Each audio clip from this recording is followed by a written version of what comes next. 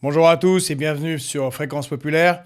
Alors vous l'avez vu, après la séquence des européennes, nous reprenons les émissions. Là, récemment, vous avez pu voir une excellente interview par Caroline et Patrice d'Ali Babal, quelqu'un qui était musulman et qui a décidé de ne plus l'être, un apostat, et qui critique l'islam et voudrait être un citoyen libre et ne pas être poursuivi pour cela. Et on reprend la revue d'actualité. Alors, si vous aimez bien ce que nous faisons, n'oubliez pas de liker, de commenter, de partager. Et pour ceux qui en ont la possibilité, pour que nous puissions continuer et développer ce média, n'hésitez pas à nous faire un petit don. Vous trouverez le lien sous cette vidéo. Allez, on y va.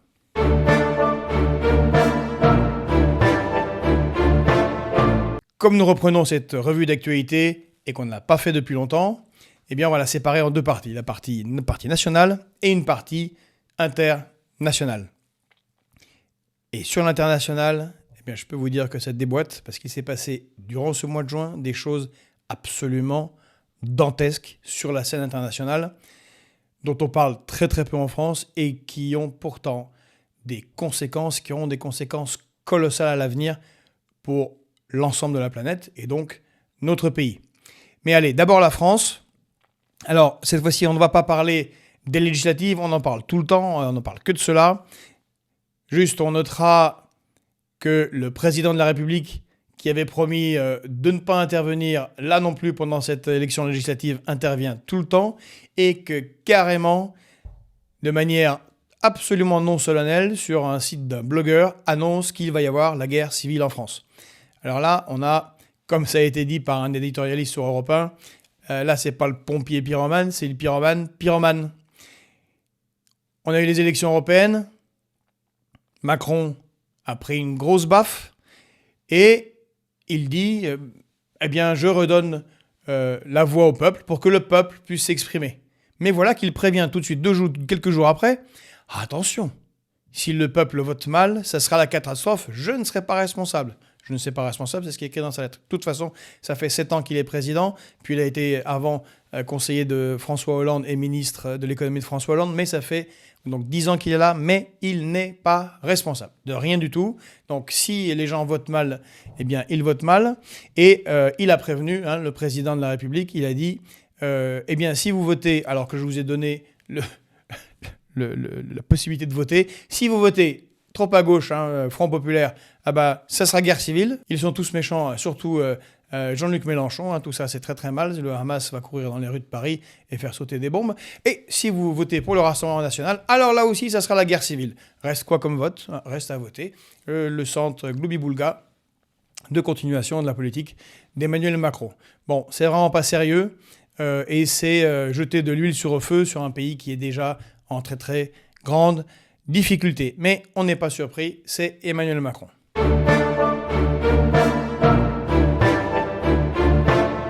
En plus de tous les problèmes qu'a la France, elle va subir une punition, une flagellation par Bruxelles et Madame von der Leyen qui n'est pas contente. Pourquoi ? Eh bien parce que le gouvernement d'Emmanuel Macron dépense trop d'argent. Donc ils vont lancer une procédure de déficit public excessif. Voilà. Alors, cette procédure pour déficit public excessif, on dépense trop d'argent, en particulier pour les services publics. On se demande où, vu l'état de nos services publics, a été ouverte par 7 pays. Elle a été ouverte contre 7 pays par l'Union européenne. Donc la Belgique, l'Italie, la Hongrie, Malte, la Pologne, la Slovaquie et bien évidemment la France. Alors, vous le savez, c'est ce seuil tout à fait étrange de 3% du PIB qui ne doit pas être dépassé dans les déficits publics. Et la France, elle a atteint 5,5%, ce qui est quasiment 3 fois plus que ce critère impératif de la Commission européenne. Et donc, elle demande une réduction minimum du déficit de 0,5% par an, ce qui implique un effort de rigueur massif. Emmanuel Macron, Bruno Le Maire, M. Cazenave l'ont déjà annoncé.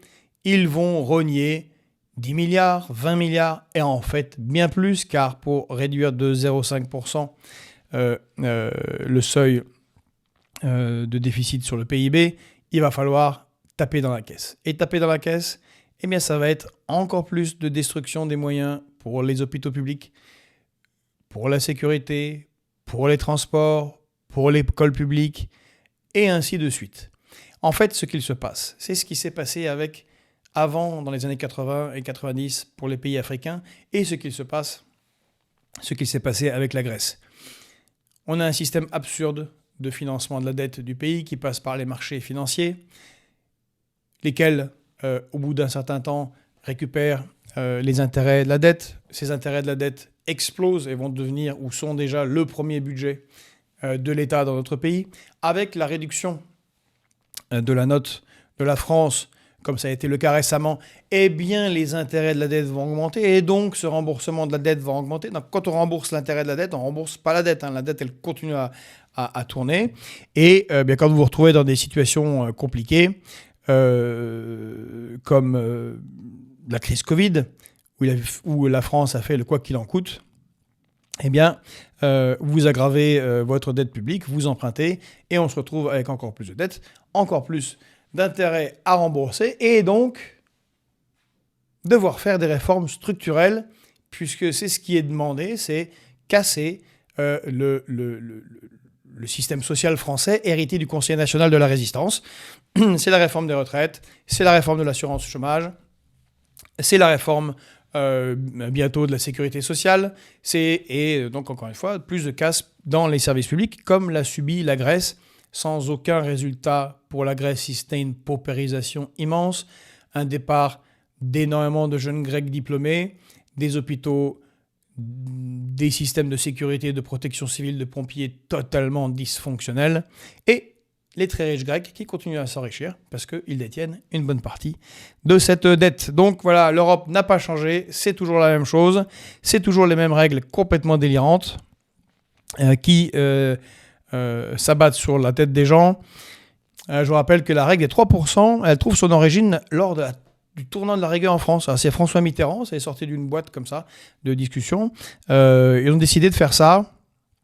Ils ont choisi cet indicateur de 3%, et dont même son concepteur, le certain Guy Abeille, vous pourrez vous renseigner, Guy Abeille, a avoué par la suite l'imbécilité complète de ce chiffre qui a été sorti comme ça. Ça aurait pu être 4%, 2, 6. Ils ont sorti 3, et c'est ce qui a été adopté dans le traité de Maastricht, puis le traité de Lisbonne, et dans le TSCG, signé par François Hollande et Emmanuel Macron. Voilà, pour permettre la convergence des économies européennes. Il n'y a pas grand-chose qui converge, il y a surtout beaucoup de destruction, en particulier industrielle, dans les pays du sud de l'Europe, en France, et maintenant également en Allemagne.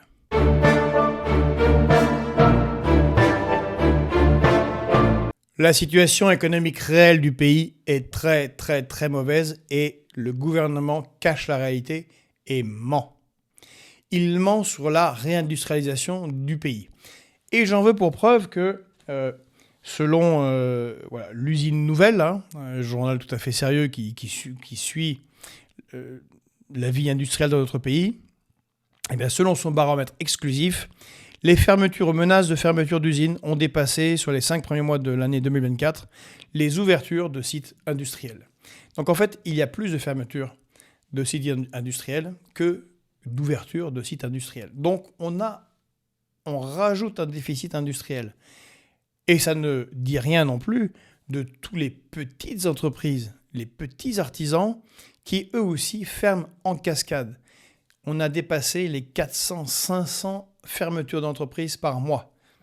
C'est une catastrophe également en Allemagne et dans les autres pays européens, mais en France, c'est particulièrement terrible.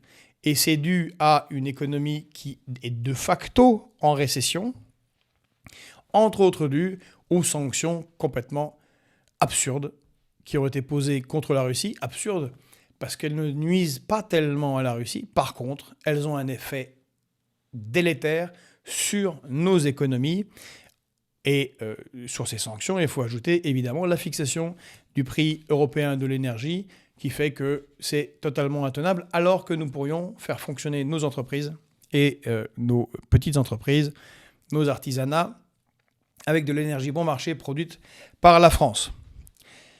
Alors, les fermetures d'usines continuent à un rythme effréné. On n'en parle pas dans les médias et on s'étonne que le peuple soit en colère. C'est tout à fait dommage qu'on n'en parle pas. Nous, on a fouillé les articles de presse depuis le mois de mars. Alors, c'est pas si vieux, le mois de mars. Et on a trouvé au moins 13 sites de production qui disparaissent avec 2740 emplois supprimés. Hop. Et puis, pas des moindres. Donc voilà, Macron fait des réunions de Choose France, choisir la France. Mais pendant ce temps, la désindustrialisation continue et la réindustrialisation est un mirage. Alors, 7 mars, c'est Colgate-Palmolive qui ferme la dernière usine de production de Javel de France. Javel, ça sert à rien. Voilà. Eh bien, il n'y en aura plus en France. Si un jour il y a une pénurie de Javel et de désinfectants, eh bien, ça sera bien. 100 emplois supprimés à Cotel, près de Lyon. 15 mars, c'est Stellantis qui annonce l'arrêt de la production de 2 lignes de boîtes de vitesse sur le site de Borny à Metz. Les lignes de production sont transférées où ? Eh bien, en Inde et même en Italie. Les Italiens, eux, arrivent à avoir un déficit commercial, avoir une balance commerciale positive, car ils réussissent à conserver leurs industries. Comme quoi, il n'y a pas que l'Inde de l'autre côté de la frontière, juste de l'autre côté, en Italie, ils y arrivent. C'est pas non plus le Bangladesh, donc on peut se demander que font nos gouvernants. 230 emplois sacrifiés. 17 mars, c'est le groupe de papeterie italien RDM qui va cesser son activité en France et fermer en août son usine à Blandec, dans le Pas-de-Calais, 176 salariés. 5 avril, annonce de la fermeture en octobre de la cimenterie à Calcia, la cimenterie Calcia à Villiers-au-Boin, en Indre-et-Loire. 80 emplois qui disparaîtront. Et puis c'est aussi la papeterie Alstom, qui va fermer dans le nord, à Bousbecq. 117 emplois. Magneto Automobile France, sous-traitant de Stellantis. Stellantis ferme beaucoup en ce moment. Qui est placé en liquidation judiciaire. C'est spécialisé dans l'emboutissage à Aulnay-sous-Bois. Allez, 280 salariés sur la touche. Bosch annonce le 16 mai, date de mon anniversaire, c'est pas sympa, l'arrêt de l'activité sur le site industriel de Marigné en Haute-Savoie, qui est spécialisé dans l'assemblage des directions assistées pour voitures et poids lourds. 153 emplois supprimés. Le 6 juin, on annonçait pour l'usine Stellantis de Douvrin, dans le Nord, qui fabrique 3 types de moteurs, 1000 emplois menacés d'ici un an par la délocalisation de la production de 2 moteurs qui iront en Hongrie. Le 12 juin, c'est le groupe italien Bolton Food qui annonce la fermeture de l'usine historique Sopiquet de Quimper. Il n'y aura plus de conserverie de poissons à Quimper, donc ça sera 155 emplois supprimés. Le 17 juin, l'annonce de la manufacture des Lumières, ex-Diétal, dans le Puy-de-Dôme, qui produit des appareils d'éclairage professionnel destinés aux espaces publics. 104 emplois supprimés. 17 juin encore, c'est l'usine Poulain à Blois. Alors on salue nos amis, en particulier Kenza, qui va montrer cette usine qui était un des cœurs ardents de la ville, des milliers d'employés à l'époque. Et bien maintenant, cette usine Poulain est liquidée. Il ne restait plus grand monde. 109 emplois supprimés. Le 20 juin, c'est le fabricant de garnitures Pulfex près de Tours, 56 salariés. Et le producteur de jantes Imperial Wheels à côté de Châteauroux, 180 salariés. Et ainsi de suite. Et puis le dernier, on ne pouvait pas ne pas le citer, puisque c'est notre secrétaire national, Pedro Guanais Neto, qui a dû faire une procédure pour attaque raciste contre lui par une candidate de Reconquête lors des législatives de 2022, parce qu'elle avait dit, comme il porte un nom un petit peu à consonance étrangère, elle l'avait traité de Pépito. Ah, le petit Pépito. Bon, eh bien malheureusement, les pépitos, c'est super bon. On en a tous mangé. Nos enfants en mangent. Ça a toujours été un plaisir. C'était une usine importante. C'est une usine importante à Château-Thierry. Eh bien, elle va être délocalisée en République tchèque. Voilà, c'est ça l'Europe qui protège. Donc tout va bien pour l'industrie, comme vous le voyez, et ça s'accélère. Parce que bien évidemment, plus vous licenciez, moins vous avez de bons emplois, moins les gens ont d'argent, moins ils payent, moins il y a de carnet de commandes, et on rentre dans un cycle très, très, très vicieux. Ça permet aussi de dire que ce qu'a rappelé la Confédération du syndical international. Alors je lis. Le droit des travailleurs et le respect des droits des travailleurs, c'est le plus dégradé durant ces 10 dernières années en Europe, plus qu'ailleurs dans le monde. La dégradation des conditions de travail est principale depuis 10 ans en Europe. Et voilà. Mais visiblement, tout va bien en Europe.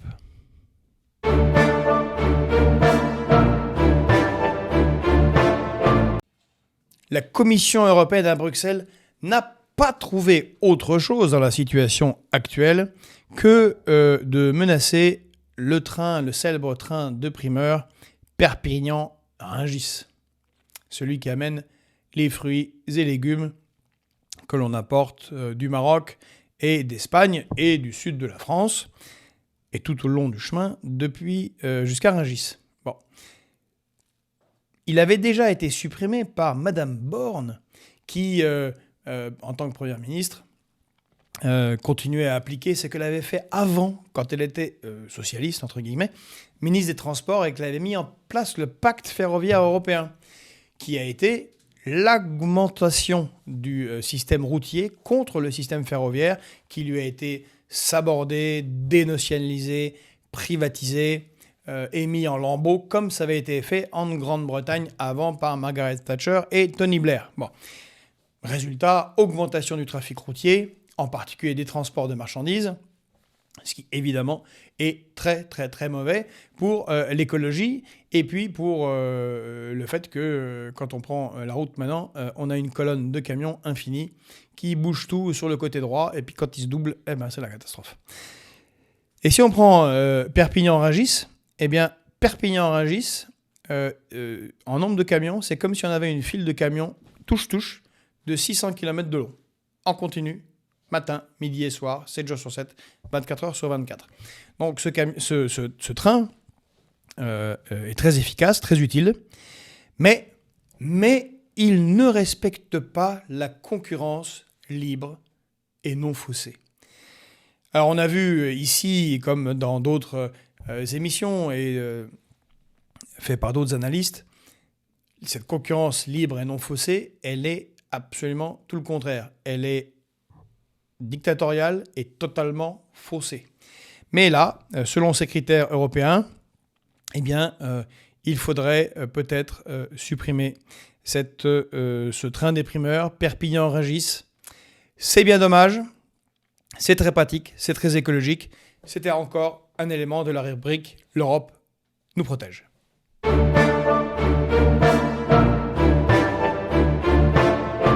Vous l'avez sûrement vu dans le contexte délétère de cette élection législative, qui a été une brutalisation du pays par Emmanuel Macron, un déni de démocratie, puisqu'en une semaine, il fallait s'organiser et qu'on est dans un chaos total.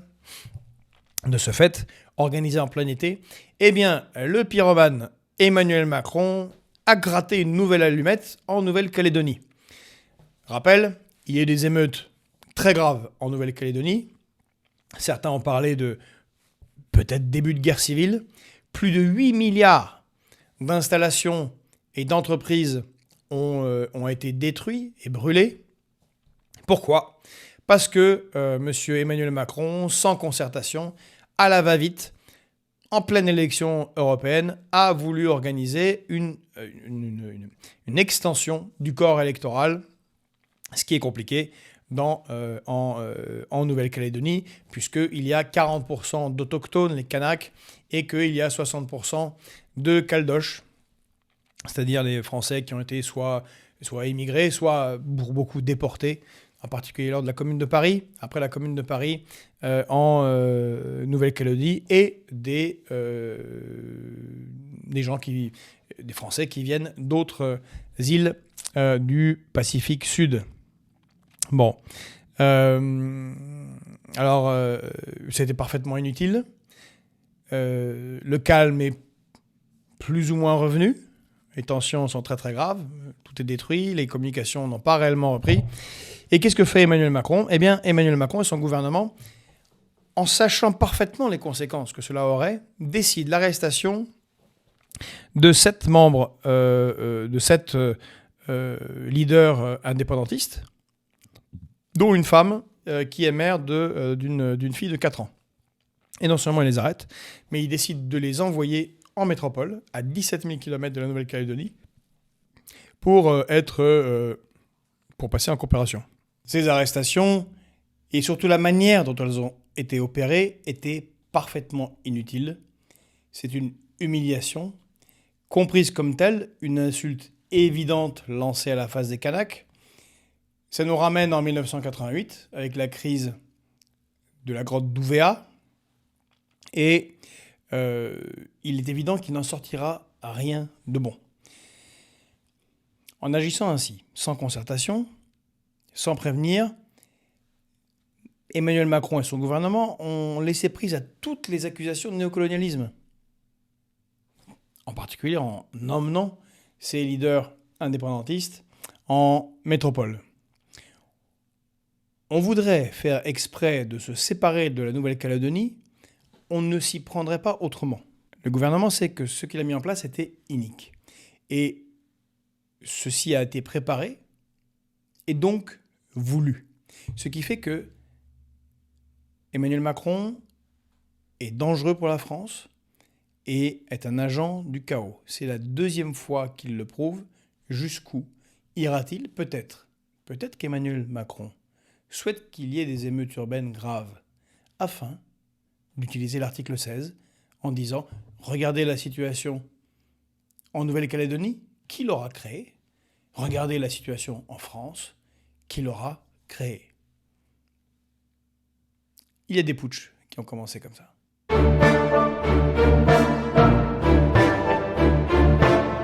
L'école républicaine va mal. Vous l'avez sûrement constaté si vous avez des enfants, si vous avez eu des enfants. Moi, j'en ai 3, dont 2 qui sont actuellement en primaire.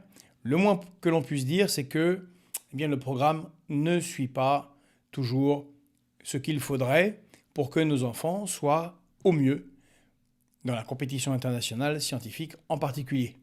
On l'a vu sur les tests PISA internationaux, sur d'autres tests internationaux, la France recule, et recule particulièrement en mathématiques. Et on l'a vu aussi avec cette crise et cette guerre tragique entre l'Ukraine et la Russie.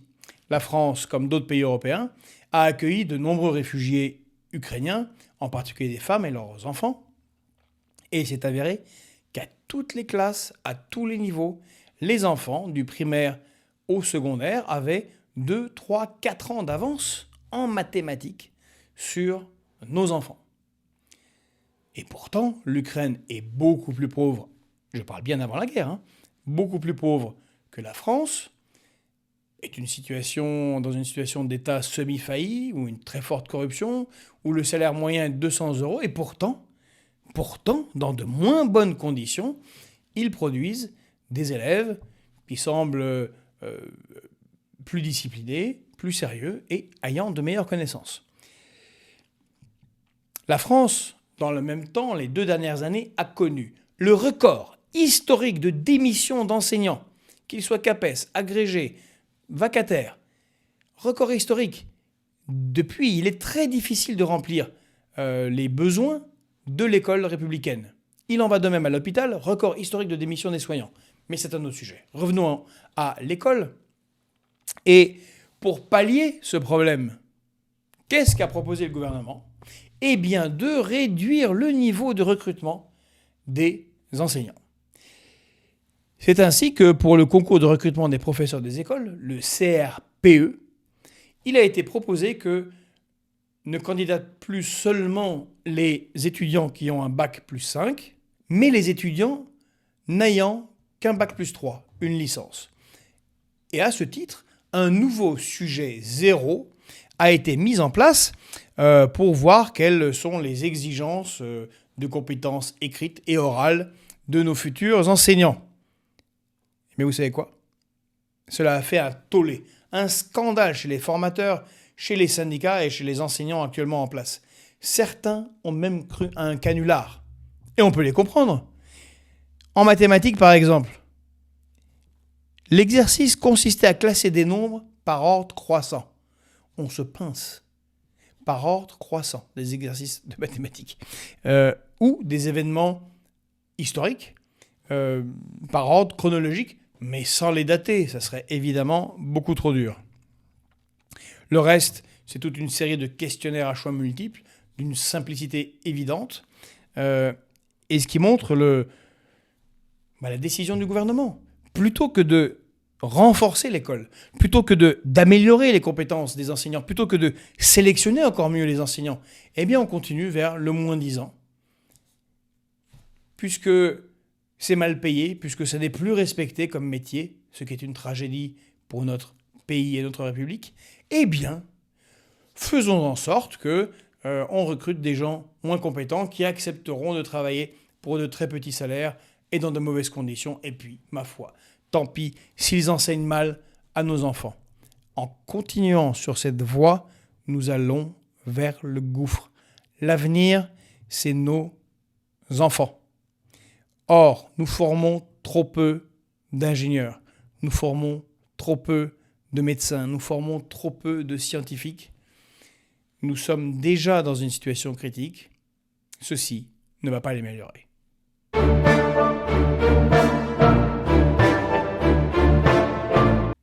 Autre situation ridicule dans l'absurdistan national où nous sommes, eh bien, a priori, la cérémonie d'ouverture des Jeux Olympiques sur la scène pourrait être annulée. En tout cas, c'est très très très mal parti. Et oui, la météo n'était pas au rendez-vous et il a plu beaucoup plus que ne l'espérait Madame Hidalgo et les organisateurs des Jeux Olympiques.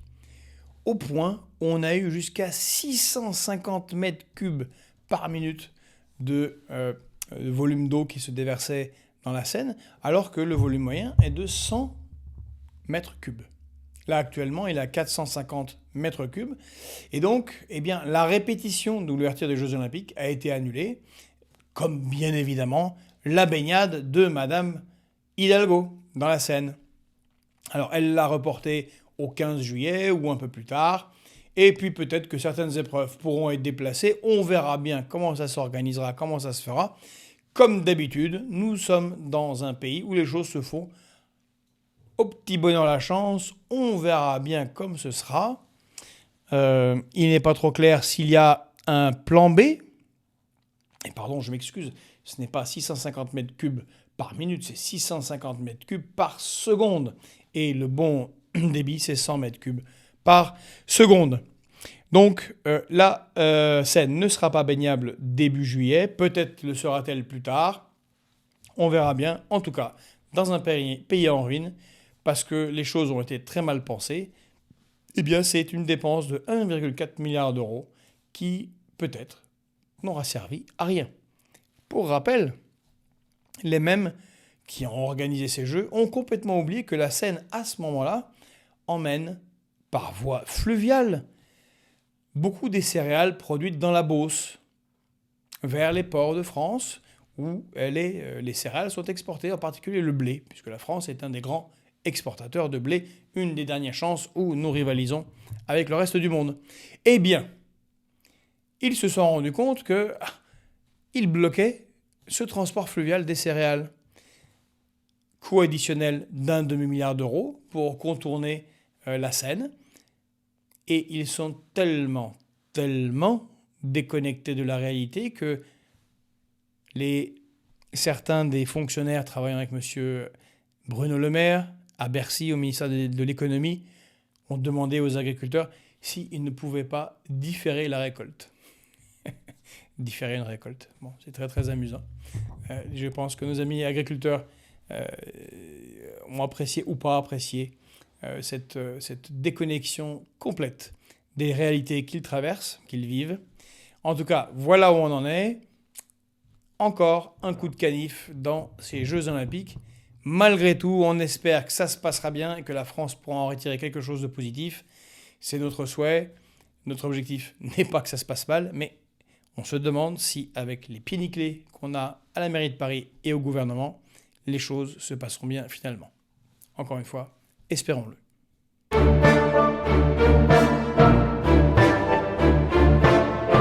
Et dernier sujet français, eh bien, nous apportons notre plein soutien à nos amis et aux journalistes de Marianne, et spécifiquement à Natacha Polony et toute l'équipe éditoriale de ce formidable magazine qu'est Marianne.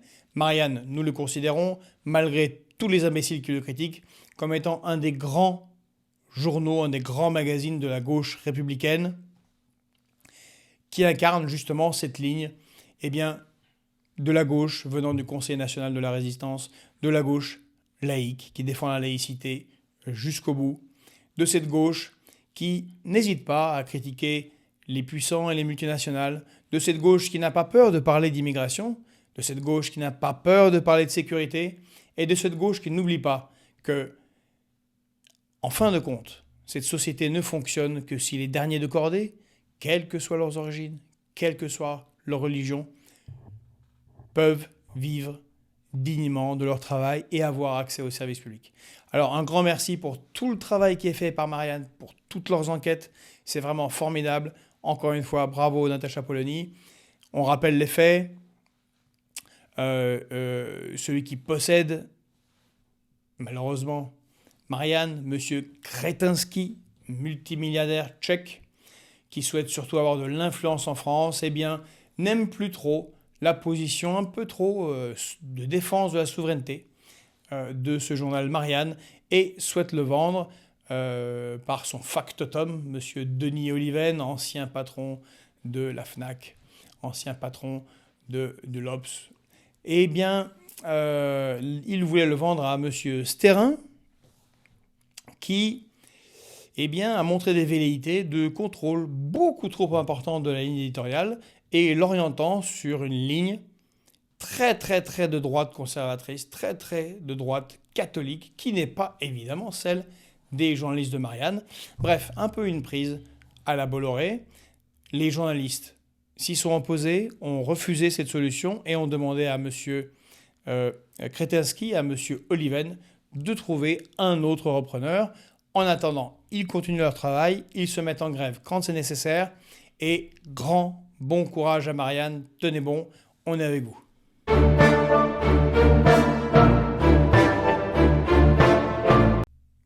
On vient de le voir avec la ligne ferroviaire de Rungis, Perpignan-Rungis, qui est mise en cause par la concurrence libre et non faussée de l'UE. Eh bien, on se retrouve un peu dans la même situation en Île-de-France avec une ligne de tramway, la ligne 12. Pourquoi ? Eh bien, parce qu'on est dans la même logique qui nous vient du pacte ferroviaire dont on vient de parler, à savoir la mise en concurrence et la libéralisation des transports. Ceci a été mis en place par la loi LOM en 2019 sous un certain Premier ministre appelé Édouard Philippe. Il avait alors toute sa barbe et elle n'était pas entièrement tombée et devenue toute blanche, mais c'est un autre problème qui ne nous concerne pas. Et donc la loi LOM, eh bien, c'est la mise en conformité du droit européen au droit français et donc l'ouverture à la concurrence des transports. Il ne fallait surtout plus qu'il y ait de monopole des transports et du rail. Surtout plus de transport public. Oh là là, mon Dieu, transport public.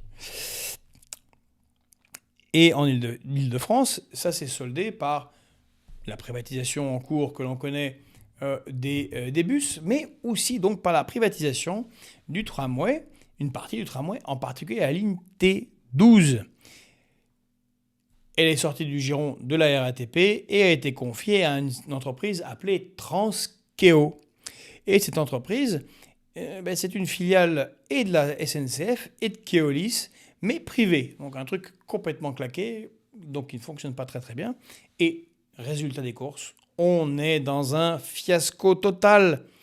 Bien évidemment, Ce sont des problèmes de régularité, ce sont des problèmes de maintenance, ce sont des problèmes de ras-le-bol de ceux qui y travaillent, ce sont des problèmes de ras-le-bol des usagers. C'est normal.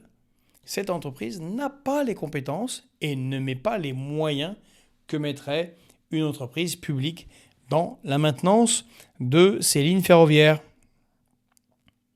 Et qu'est-ce qui se passe à la fin?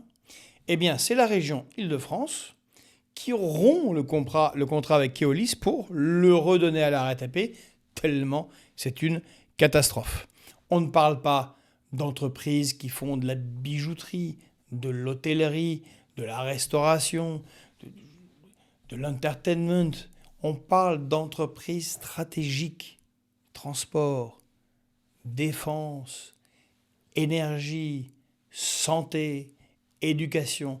À chaque fois, la privatisation mène à la catastrophe. De la même manière que la nationalisation de la restauration emmène à la catastrophe. Ça ne fonctionne pas. Eh bien, dans ce sens-là, ça ne fonctionne pas. Et on a déjà la preuve en Grande-Bretagne. Sous Margaret Thatcher, sous Tony Blair, ils ont privatisé le transport ferroviaire britannique. Et c'est devenu un cauchemar, une catastrophe, le chaos total.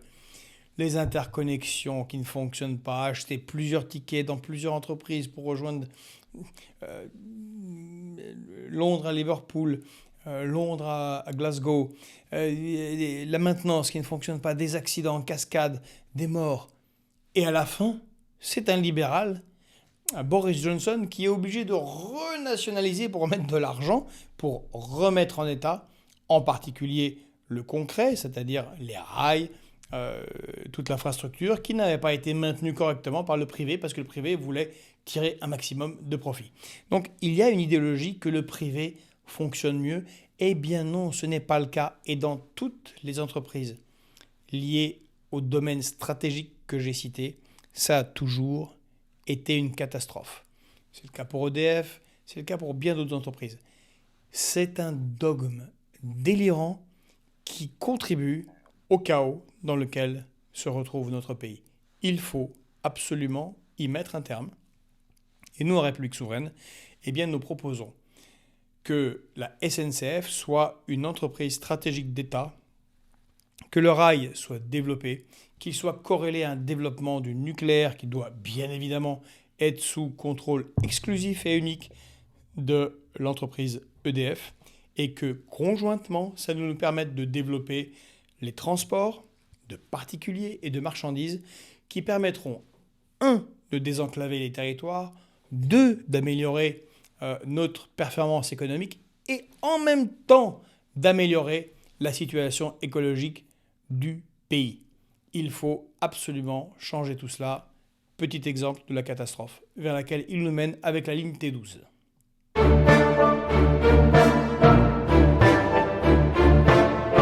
International. Le mois de juin a été extrêmement riche et tellement chargé que se produisent en ce moment même des changements globaux que nos affaires intérieures françaises, la dissolution absurde organisée, ou plutôt désorganisée par Emmanuel Macron, cachent complètement aux Français. Alors on va faire, ça sera peut-être un peu long, mais on va faire un retour sur tout ce qui s'est passé ce mois de juin et qui est absolument colossal. Et d'abord, un grand salut à Julian Assange, qui est un peu notre héros, un héros de beaucoup de gens. Julian Assange a enfin été libéré après 14 ans de galère, d'emprisonnement, de traumatisme juridique sous diverses formes. 2 ans sous liberté conditionnelle, parce qu'il était accusé de viol, une affaire bizarre, qui finalement a été complètement abandonnée. Puis il a passé 7 ans à l'ambassade d'Équateur en Grande-Bretagne. Et puis là, il a été capturé et emmené au moment du changement de gouvernement en Équateur. Et il a été emmené dans une prison de haute sécurité au Royaume-Uni où il a passé 5 ans. 1901 journées dans une prison de haute sécurité réservée au grand banditisme et au terroriste. Oui, Julian Assange. Et non seulement dans une prison de haute sécurité, mais quasiment à l'isolement. 23 heures par jour, pendant 5 ans. Imaginez-vous, vous n'êtes coupable de rien.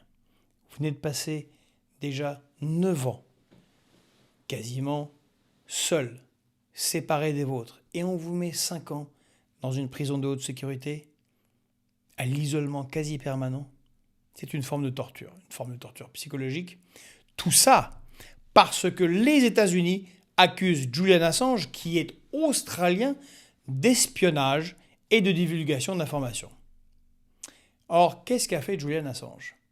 Eh bien, Julian Assange, qui était considéré en 2010 comme étant l'homme de l'année par le monde, eh bien, Julian Assange, par le biais de Wikileaks, par le biais de contacts, dont Chelsea Manning, qui elle-même, ou il-même, puisque c'était un homme qui est devenu femme, a donné des informations depuis les États-Unis, a été très très fortement torturé psychologiquement dans les prisons américaines, a donné des informations qui nous ont permis d'apprendre que les États-Unis faisaient n'importe quoi en Irak, avaient mené une guerre illégale, assassiné des gens par un bombardement aérien.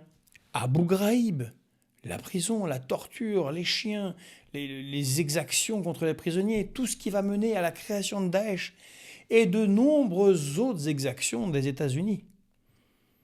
Assassinat, corruption, dévoiement d'agents publics de tel ou tel pays, coup d'État, financement de dictatures, financement d'organisations peu reluisantes, armement d'organisations peu reluisantes pour aller dans le sens plus ou moins bien calculé des États-Unis.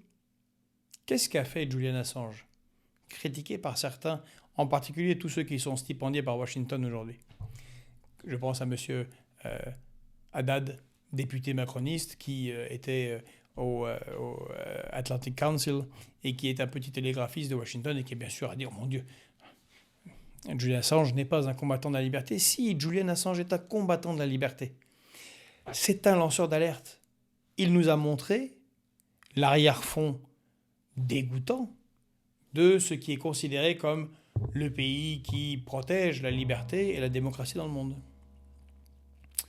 Alors, on pourrait bien sûr être satisfait de l'accord qui a été passé avec les États-Unis.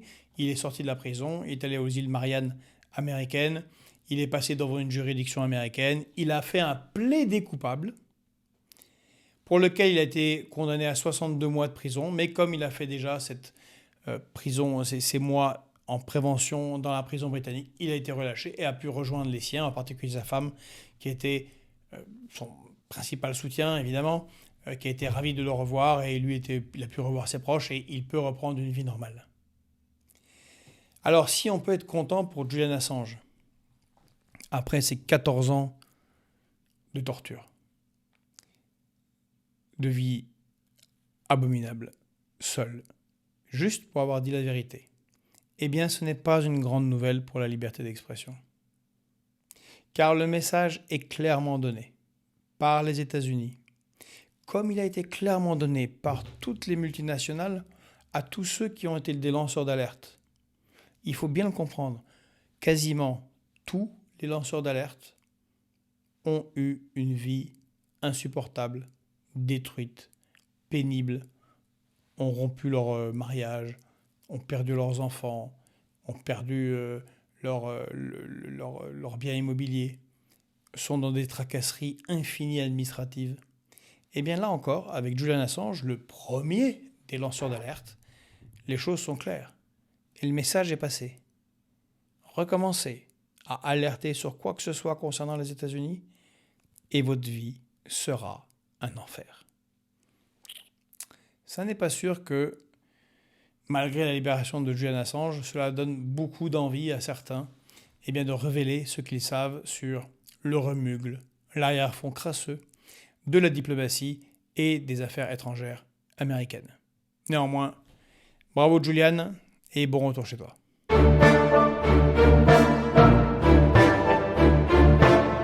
On vient vient de le dire, alors que les États-Unis viennent de passer un accord avec Julian Assange, et bien dans le même temps, les USA, les États-Unis, sanctionnent la Cour pénale internationale.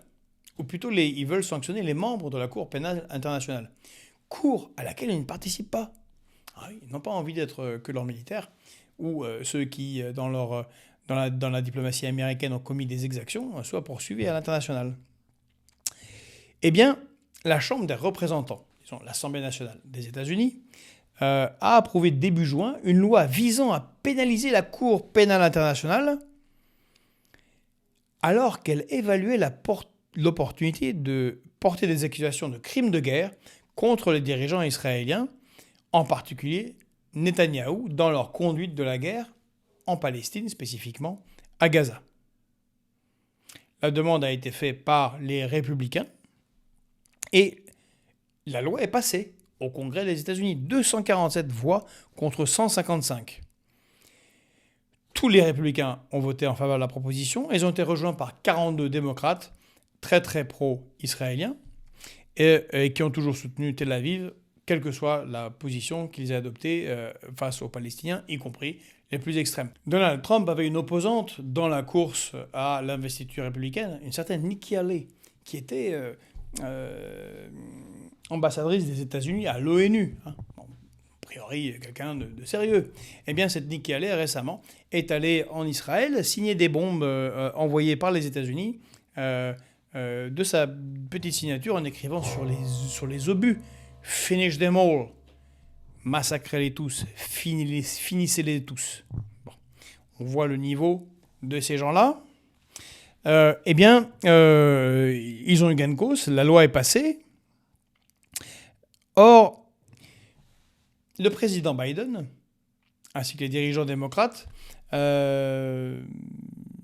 s'étaient également opposés à la condamnation de la Cour pénale internationale, en particulier de Benjamin Netanyahou et son ministre de la Défense. Mais malgré le fait que Joe Biden se soit opposé à ce travail de la Cour pénale internationale, il avait dit qu'il ne validerait pas la loi qui a été passée. Or, depuis qu'elle a été passée, silence radio de la Maison-Blanche. Et donc, voilà comment agissent les États-Unis. En particulier dans le cas de la guerre à Gaza, entre Israël et Gaza, ils sont en soutien total de ce qui se passe, en particulier l'aspect le plus détestable, celui du massacre des civils et du nettoyage ethnique qui est toujours en cours à Gaza, à la volonté de Benjamin Netanyahou et des plus extrémistes d'extrême droite de son gouvernement, en particulier M. Ben Gvir et Smotrich. Heureusement, nous pouvons encore dénoncer cela sans finir 14 ans en prison, comme Julian Assange.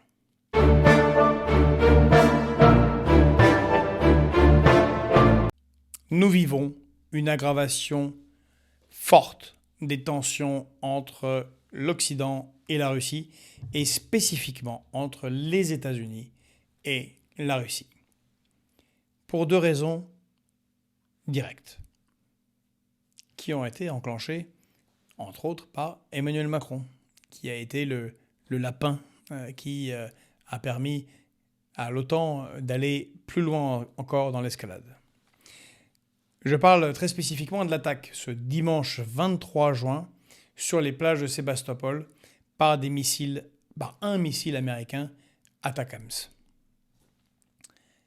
Vous vous souvenez, Emmanuel Macron a été le premier à dire qu'il faut que l'Occident autorise l'Ukraine à utiliser nos missiles pour tirer sur la Russie, sur des cibles militaires, bien sûr. On parle là de certains missiles spécifiques, car, bien évidemment, l'Ukraine n'a pas attendu, et puis surtout n'a pas à attendre, l'autorisation de l'Occident pour se défendre. L'Ukraine est attaquée, est en guerre avec la Russie. Ont-ils raison, ont-ils tort, peu importe. Le régime de Kiev, les Ukrainiens se défendent, et ils sont parfaitement en droit de frapper la Russie. Ça n'a aucun sens qu'ils s'arrêtent à la frontière de leur propre pays. Et c'est ce qu'ils font depuis des mois. Il y a maintenant quasiment plus d'un an, ils ont lancé la première attaque de drone qui est tombée sur le dôme du Sénat russe, donc au Kremlin, là où habite Poutine. Et ils envoient régulièrement des drones, en particulier sur les installations pétrolières russes. On peut dire c'est leur droit. Mais qu'est-ce que ça veut dire quand Emmanuel Macron ou Rishi Sunak pour la Grande-Bretagne ou Joe Biden autorisent à utiliser des missiles longue portée occidentaux? De quoi on parle? On parle des missiles ATACMS pour les missiles américains. On parle des missiles Scalp pour les missiles français et des missiles Storm Shadow pour les missiles britanniques. Et bien sûr les missiles Taurus allemands, mais que le chancelier Scholz, après un vote du Bundestag, refuse de transmettre à l'Ukraine.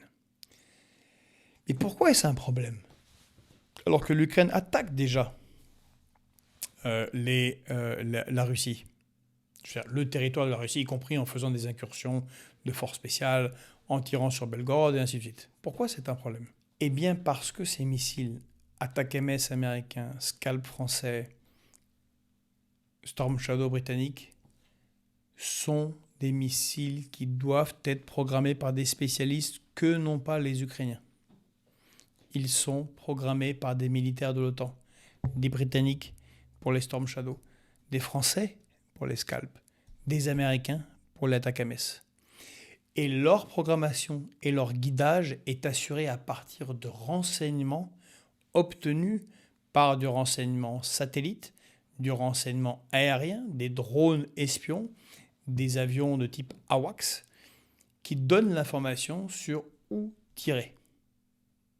Dès lors, les Russes sont dans une situation où ils considèrent que des missiles, prenons les missiles Scalp français, ce sont des missiles français, certes tirés depuis le territoire ukrainien, mais ce sont des missiles français, programmés par des Français, et dont l'information qui permet de toucher des cibles russes est assurée par du renseignement aérien et satellite français, ou OTAN. Bien évidemment qu'on a les doigts largement dans la co-belligérance avec une nation nucléaire. Or là, il y a eu deux événements graves, dont l'un, selon la doctrine nucléaire russe, aurait pu entraîner une frappe nucléaire russe. La première ne concerne pas les missiles occidentaux. Ce sont des drones de longue portée ukrainiens qui ont frappé deux radars russes se trouvant à quasiment 2000 km de la frontière, des combats, là où se passent les combats en Ukraine, et qui ont atteint des radars orientés vers les États-Unis qui, eux, déterminent si la Russie est en train de recevoir des tirs nucléaires intercontinentaux américains. On peut supposer que cette attaque a été autorisée par les États-Unis, et si c'est le cas, c'est délirant. Car on entre là très exactement dans ce qui est l'atteinte, c'est ce qui est le levier d'action, le déclencheur de la riposte nucléaire russe, le pays qui a 6000 têtes nucléaires. Attaquer ces radars qui n'ont aucun rapport avec la guerre n'a aucun intérêt. Bon, imaginons que les Ukrainiens l'aient fait par eux-mêmes. Eh bien, le minimum eût été que les Américains manifestent leur désaccord et leur réprobation. Car cela entraîne non pas seulement des conséquences pour les Ukrainiens, mais pour l'ensemble des pays occidentaux et l'ensemble de l'humanité. L'autre problème est lui bien américain, et c'est l'attaque sur la plage de Sébastopol. Sébastopol étant la ville principale de Crimée, plage de Crimée, Crimée, territoire reconquis par les Russes en 2014, où il y a une majorité de russophones et de Russes tout simplement. Et le dimanche 23, jour de fête sainte, fête orthodoxe, 5 missiles ATACMS, donc encore une fois, programmés par des Américains, guidés par de la formation satellitaire aérienne américaine et tirés sur la Crimée. Alors, la Crimée est considérée par l'Occident comme territoire ukrainien. Soit. Sauf que les missiles sont tirés sur des cibles dites militaires et sur les 5 missiles, 4 sont arrêtés par la défense aérienne russe. Sur les 5 missiles, 4 sont arrêtés par la défense antiaérienne russe. Et un seul passe à moitié, il est touché par la défense antiaérienne, mais des débris tombent sur cette plage de Sébastopol, tuant plusieurs personnes, dont des enfants, et faisant plus de 100 blessés graves, dont beaucoup d'enfants qui ont dû être emmenés en soins intensifs. Alors, la défense de ceux qui ont tiré était de dire « c'est les débris qui sont tombés ». La cible qui était visée était un aéroport militaire, pas très loin de la plage. Bon, il se fait que ce n'est pas vraiment un aéroport militaire, que très peu d'avions militaires l'utilisent, mais surtout c'est la charge dans le missile Atacams qui pose problème. Car c'était une charge non pas visant à détruire des installations, mais une charge à sous-munitions. C'est pour ça que, quand elle a été touchée, elle a relâché toutes ses sous-munitions, c'est-à-dire une arme à sous-munitions, c'est une charge explosive qui relâche toute une série de petites bombes et dont l'objectif principal est de s'attaquer aux troupes, à des gens, normalement à des militaires. On sait que la production d'obus de 155 mm est très problématique. Et par contre, que les États-Unis avaient énormément de stocks d'obus à sous-munitions. Rappelons-le, ces obus à sous-munitions sont interdits par les lois de la guerre internationale. Ils ont été envoyés parce qu'il n'y a plus rien d'autre à envoyer, dans un contexte de pénurie de munitions produites par l'Occident pour les Ukrainiens. Mais là, si l'objectif était cette piste aérienne, ce missile à sous-munitions n'avait aucun sens, car ils sont utilisés de manière dévastatrice contre les troupes. Alors, il n'y a pas de troupes à cet endroit. Les Russes, par la voix de leur ministre des Affaires étrangères, considèrent que, puisque c'est un missile américain, programmé par des Américains, guidé par de la formation satellitaire américaine, et un tir américain. Là, on monte d'un cran. Et ils ont dit qu'il y aurait une riposte. La riposte peut avoir beaucoup d'aspects. L'escalade est possible à plein de degrés. Et a priori, celui qui va être choisi par les Russes, c'est de donner le même genre de système d'armes à des ennemis des États-Unis. Comme par exemple les Houthis. Les Houthis qui tirent des missiles dont ils se targuent d'avoir développé, en particulier des missiles hypersoniques. Bien évidemment, ils n'ont pas du tout la capacité de le faire, mais qui ont déjà rerouté plus de 50% du commerce international par navire, qui passe non plus par le canal de Suez, mais qui passe par le cap de Bonne-Espérance. Donc il fait le tour de l'Afrique, plutôt que de passer par le canal de Suez, y compris plusieurs navires marchands ont été coulés, et un navire britannique militaire a été endommagé. Imaginons un seul instant que les Russes décident de soutenir la révolte indépendantiste kanak. On dirait pourquoi pas. Déjà l'Azerbaïdjan le fait. L'Azerbaïdjan à qui on achète du gaz, parce qu'on refuse d'acheter du gaz à la Russie, même si c'est l'Azerbaïdjan qui transporte le gaz en Europe. Passons. L'Azerbaïdjan qui a fait un nettoyage ethnique en Arménie et qui est dirigé par un dictateur. Et qui soutient donc les Kanaks, l'indépendance des Kanaks. Parce qu'ils considèrent que nous avons là-bas un État colonial et que c'est un reste de colonie. Bon. Ben, imaginons que les Russes fournissent des armes de ce type aux Kanaks. Et qu'un missile soit tiré et touche déjà des militaires, mais imaginons touche des civils français sur les plages de Nouvelle-Calédonie. Et nous saurons que ces missiles, bien évidemment, ne peuvent pas être programmés par des Kanaks qui n'ont pas du tout la compétence, et donc auraient été des missiles russes, programmés par des soldats russes, même sous undercover, comme on dit, et guidés par des informations aériennes et satellitaires russes. Quelle serait notre réaction? Nous qui avons l'arme nucléaire, qu'une nation comme la Russie tire sur nos civils. On voit le niveau d'escalade extrêmement dangereux que nous avons atteint là. Et qu'est-ce qu'il dit?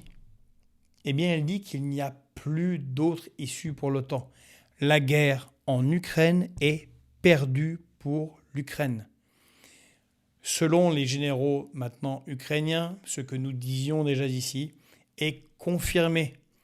Le nombre de morts de soldats ukrainiens a dépassé les 500 000.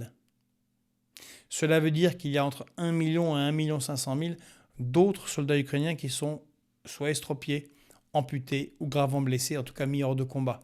Des millions d'Ukrainiens ont quitté leur pays, qu'ils se soient réfugiés en Europe ou en Russie.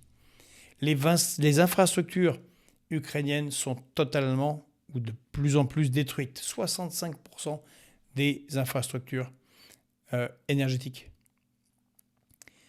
La guerre en Ukraine est perdue. Il n'y a pas de capacité de formation de troupes, il n'y a pas assez de soldats, il n'y a pas assez de combattants expérimentés, mais même de combattants tout court.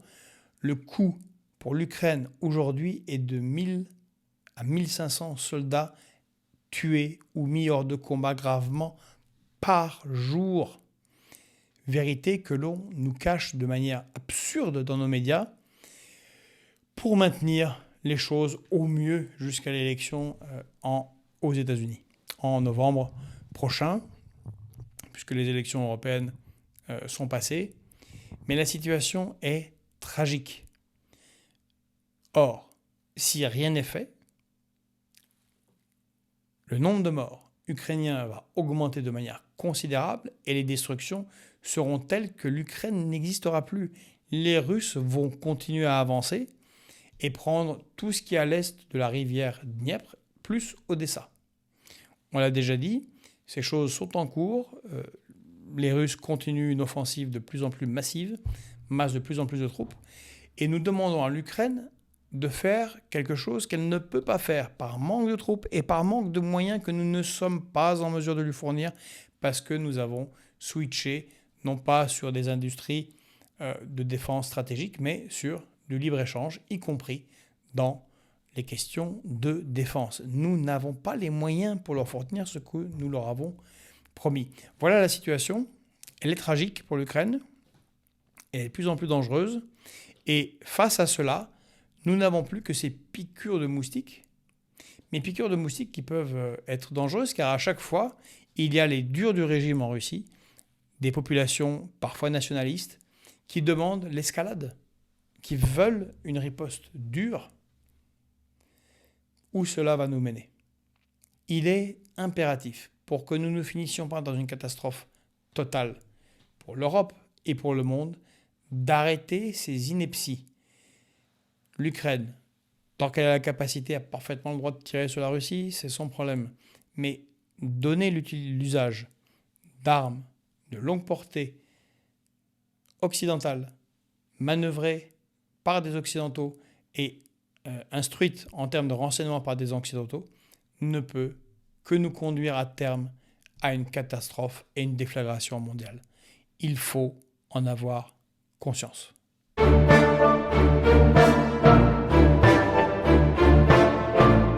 Dans ce contexte d'escalade internationale entre l'Occident et la Russie, eh bien l'UE apporte aujourd'hui, alors même que nous enregistrons cette émission, sa petite pierre en nommant sa nouvelle responsable de la diplomatie de l'Union européenne en remplacement du commissaire Joseph Borrell qui n'était pas déjà piqué des hannetons.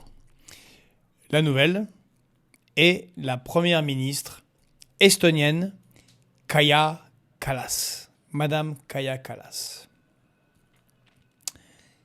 Alors, comment la caractériser?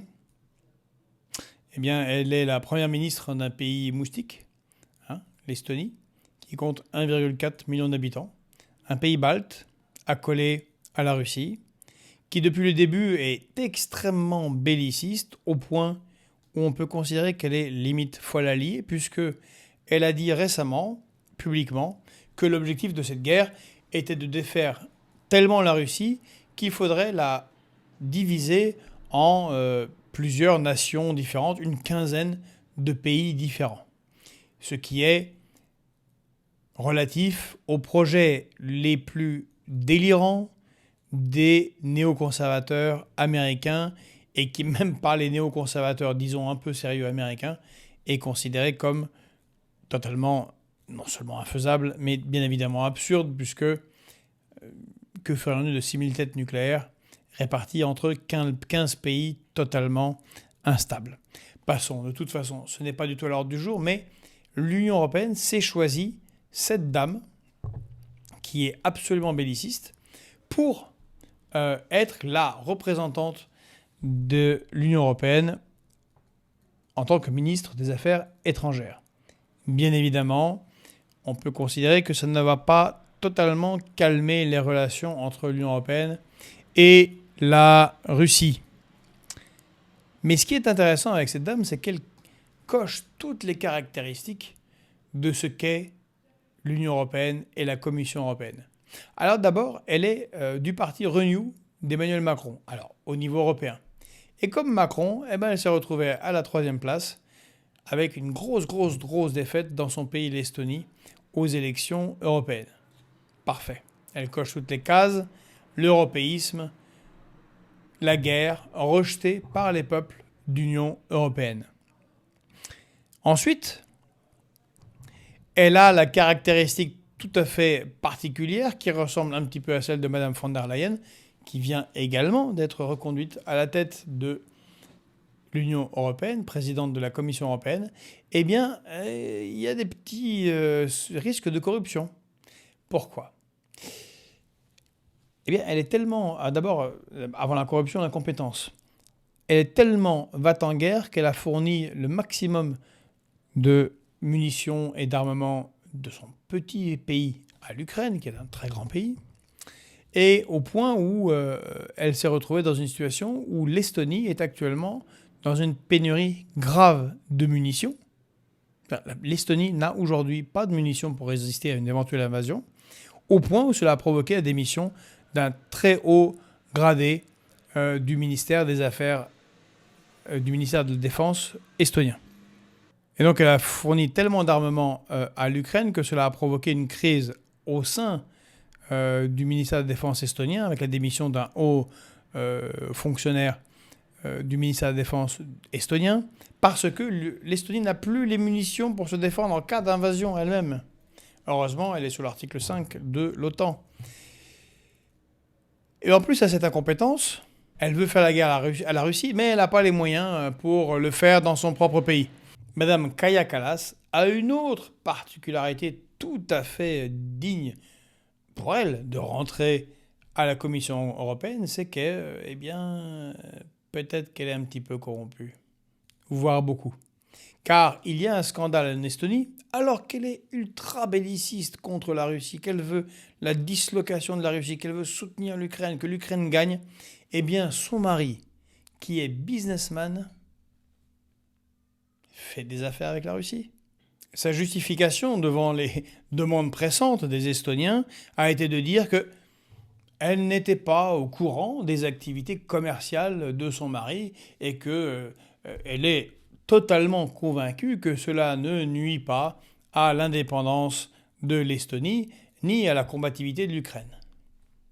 On verra bien.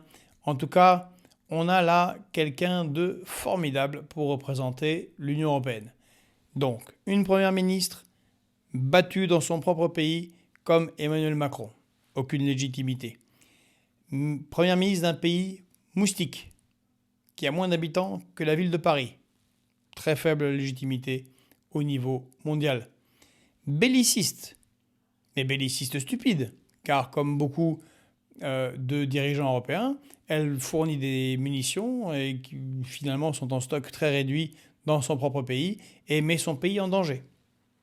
Et enfin, peut-être un risque de corruption face à des gens qui n'hésitent pas en même temps à vouloir la destruction de la Russie et faire du commerce lucratif avec la Russie. Et bien voilà, Madame Kaja Kallas, retenez bien son nom, c'est notre nouvelle représentante, ministre des Affaires étrangères de l'Union européenne.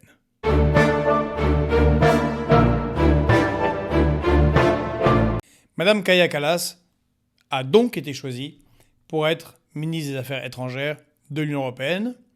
Et nous continuons à entendre, dans cette ambiance belliciste complètement déconnectée de la réalité, que la Russie serait de plus en plus isolée sur la scène internationale. Et oui, c'est ce que vous pouvez entendre sur nos médias de masse, qui, semble-t-il, soit vivent dans un univers parallèle, comme une partie de nos dirigeants, soit désinforment le public, leur public, en l'occurrence les Français, sur la réalité de la situation. Or, rien que ce mois de juin est particulièrement gratiné en termes d'isolement de la Russie. On y va ? On commence. Narendra Modi, Premier ministre indien, récemment réélu, pas aussi confortablement qu'avant, mais quand même réélu et ayant remporté une victoire législative en Inde, a décidé que son premier voyage d'État se ferait en Russie, où il a une très très bonne relation avec Vladimir Poutine, et les deux pays viennent de signer à nouveau des accords d'achat d'armement, indien d'armement russe, et d'achat de pétrole et de gaz russe par l'Inde.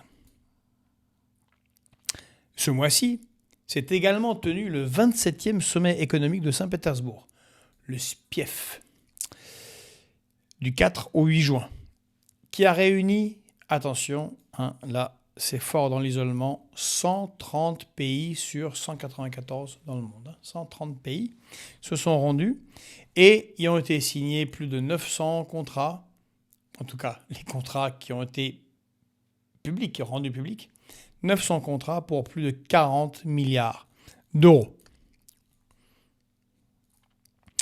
Vladimir Poutine a fait une tournée stratégique en Chine, en Corée du Nord et au Vietnam. En Corée du Nord, il a signé des accords de partenariat stratégique qui changent totalement la donne dans l'Asie du Sud-Est, en particulier dans la volonté des États-Unis de faire un pivot pacifique et d'avoir une influence majeure dans cette zone du monde. Mais on y reviendra la semaine prochaine car c'est un sujet spécifique en soi.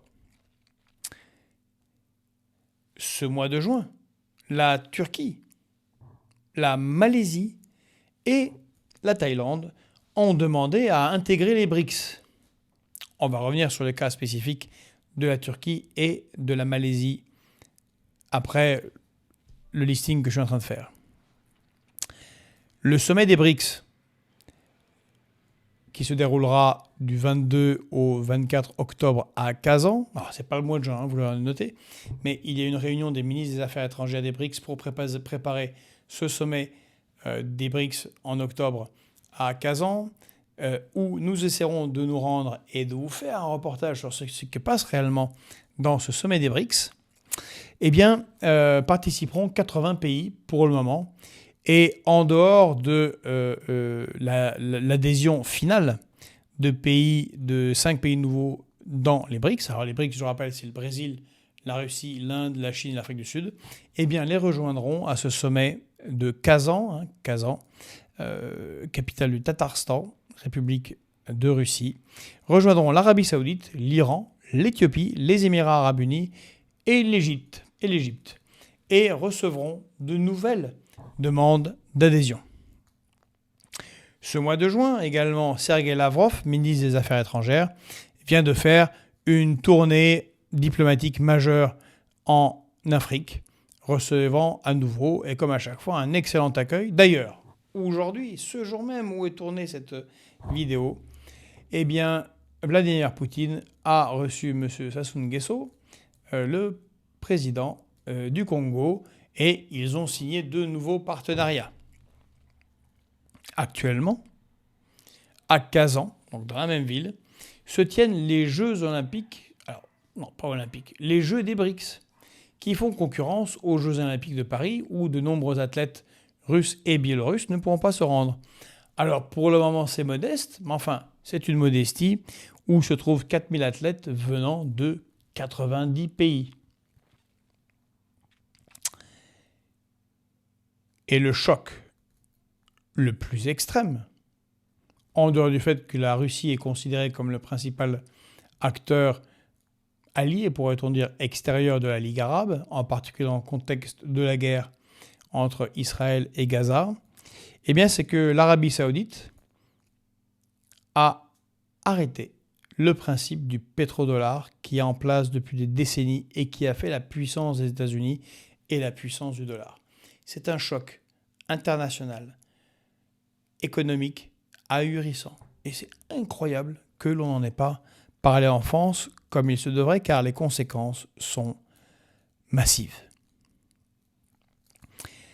Alors, tout ce que je viens de vous dire, ce n'est que ce qu'il s'est passé pour ce mois de juin. Donc on comprend mal de quel isolement exactement on parle quand on parle d'isolement de la Russie dans nos médias. Bien évidemment, je comprends que tenir de tels propos, défendre cette position m'expose à être un agent du Kremlin.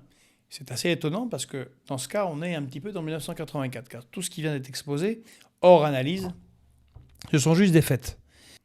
Mais il est intéressant de se demander pourquoi refuser l'analyse d'une situation factuelle, surtout si l'on veut être en conflit ou si on veut se mettre en opposition à la Russie.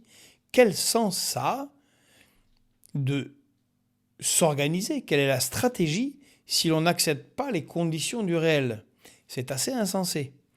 Alors soit c'est une attitude enfantine, et puis quand on voit Emmanuel Macron, quand il va voir quand il fait ce podcast avec cet influenceur, on peut se demander s'il est complètement dans sa tête, comme Joe Biden. C'est une possibilité. Ou alors, nos dirigeants sont dans l'ensemble frappés de dissonance cognitive grave. Ou alors, plus prosaïquement, eh bien, ce qui compte le plus pour eux, c'est le narratif. Envers les populations occidentales, envers les populations françaises, pour justifier des politiques nationales, et peu importe les conséquences internationales. Et pour le coup, le déclassement de la France est le fait qu'elle est de plus en plus isolée, comme l'Occident et l'OTAN en général.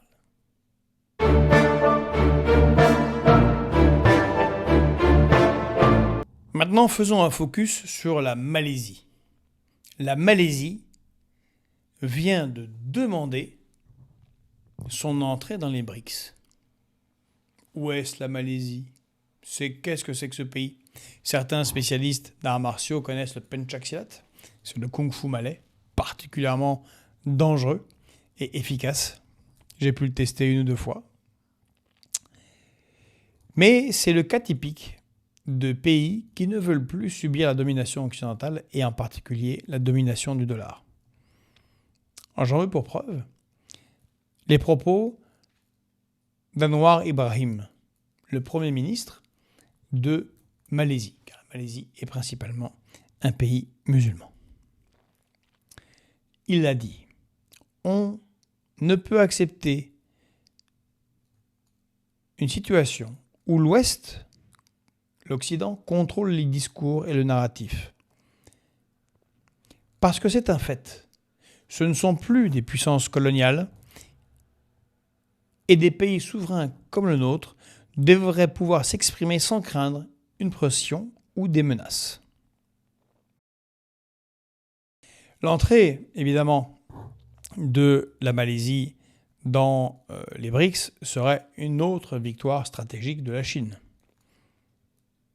vers laquelle nous poussons tout le monde, en particulier les Russes, depuis l'attitude que l'on a eue en Ukraine. Pourquoi? Eh bien parce que la Malaisie contrôle le détroit de Malacca. Or, le détroit de Malacca, qui a quelques 800 km de long et qui est, dans sa partie la plus étroite, large de 2 km, eh bien, c'est le lieu de passage principal du commerce maritime mondial. C'est là que ça se passe. 94 000 navires y passent par an.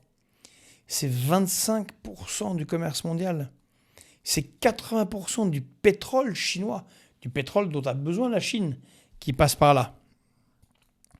D'ailleurs, c'est le moyen le plus simple de nuire et de bloquer la Chine que de bloquer le détroit de Malacca.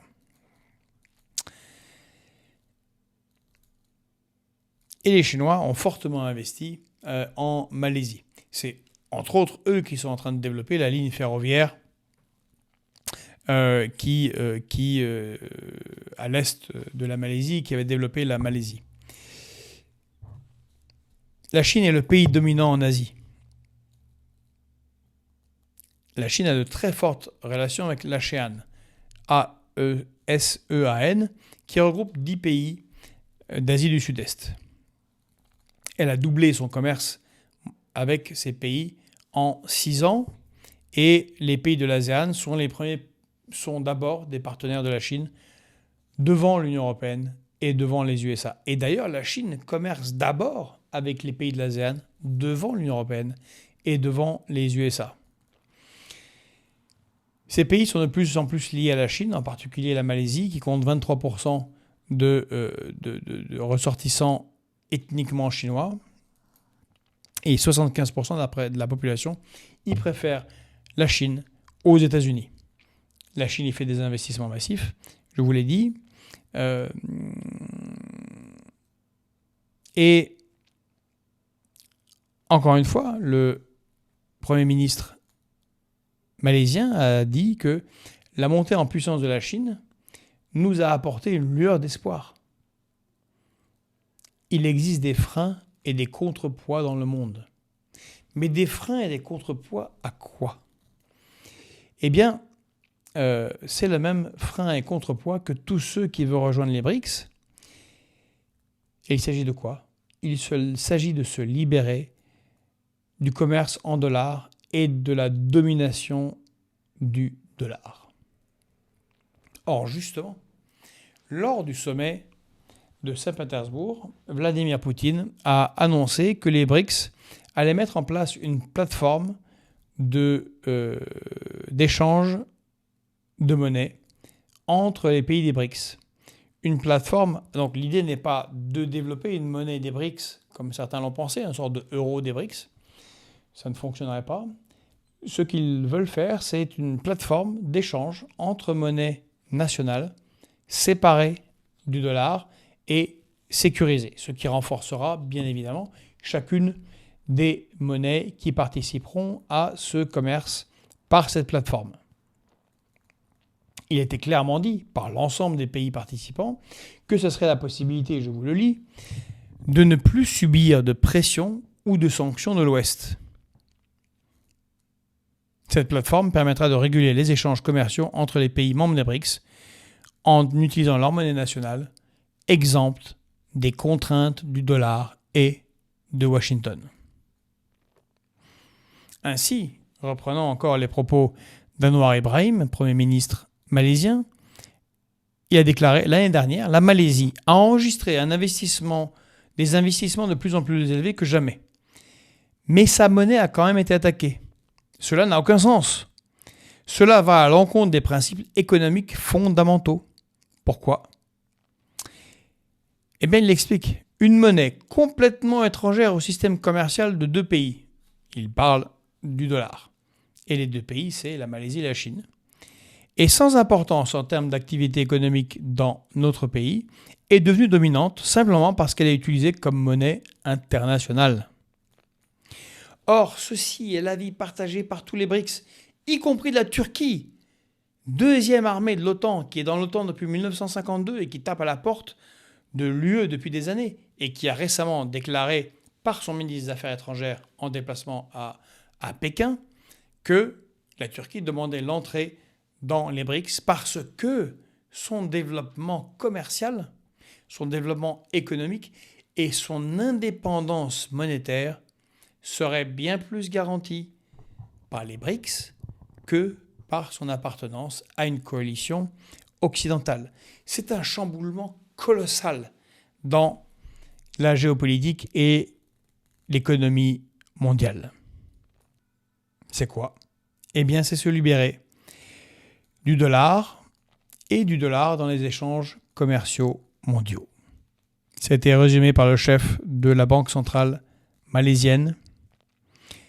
Il a dit que ce système-là protégera efficacement la Malaisie et la région des changements de politique monétaire des États-Unis et de la volatilité des devises, améliorant ainsi la prévisibilité du marché des devises et réduisant les coûts de transaction pour les exportateurs et les importateurs.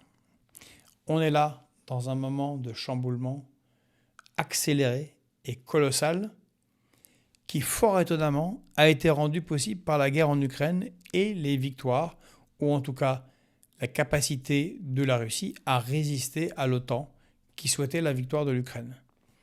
Ça a totalement libéré des pays qui veulent adhérer aux BRICS et libéré dans un sens qui est très dangereux pour l'Occident, où nous perdrions, et nous sommes en train de perdre, un avantage comparatif colossal que nous détenons depuis des décennies, si ce n'est des siècles.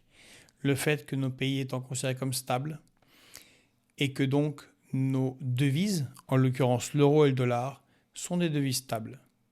Le problème, c'est que nous instrumentalisons, nous militarisons nos devises, à savoir l'euro et le dollar, et que de moins en moins de pays sont enclins, voyant ce qui est fait à la Russie, c'est-à-dire la saisie de ses biens, ou pour le moment l'usage des intérêts des avoirs qui ont été saisis pour les transmettre à l'Ukraine, eh bien de plus en plus de pays se sentent menacés et n'ont plus confiance en dollars ou en l'euro comme une monnaie de réserve stable et pouvant assurer le commerce international.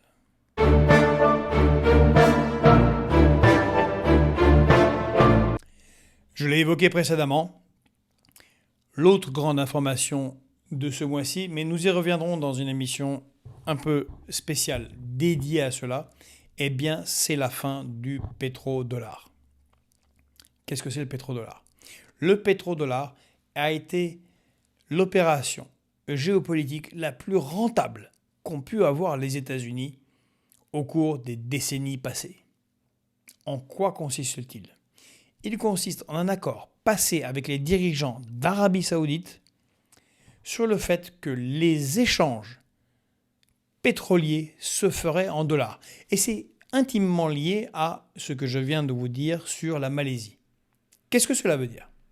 Cela veut dire que si l'Arabie Saoudite, qui a une monnaie particulière, vend du pétrole à la France, que ce soit la France d'avant avec le franc ou la France de l'euro, eh bien les échanges se faisaient en dollars. Avantage colossal pour les États-Unis, parce que cela implique eh bien, d'utiliser leur monnaie, d'avoir des réserves de leur monnaie, donc d'acheter de leur dette, et aussi qu'ils sont parfaitement informés de tous les échanges en cours.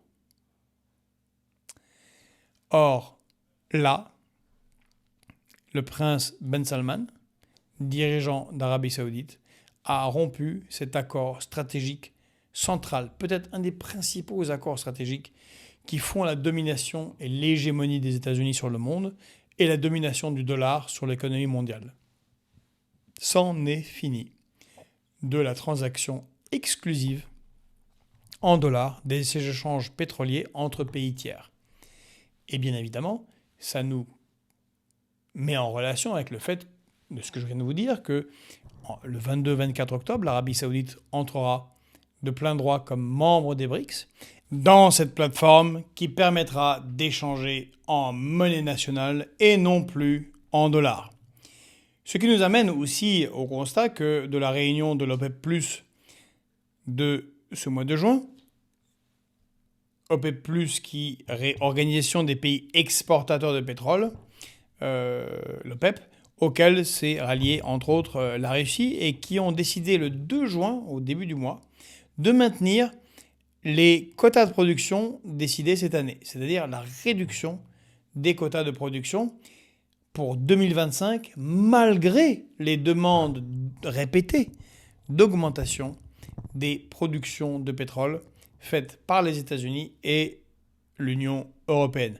donc en désobéissance, là encore, totale, de ceux qui les dominaient encore récemment. Donc le niveau de production globale de pétrole brut des pays de l'OPEP+, restera le même, et donc à l'avantage des pays producteurs en termes financiers, et donc à l'avantage de la Russie dans sa guerre face à l'Ukraine. Seule petite modification, il faut le noter, c'est l'autorisation donnée aux Émirats arabes unis, qui eux-mêmes rejoindront les BRICS le 22 et 24 octobre prochain, d'augmenter leur production de 300 000 barils jour pour atteindre 3,5 millions de barils produits par jour. Donc les réductions se poursuivent jusqu'au troisième trimestre de 2025.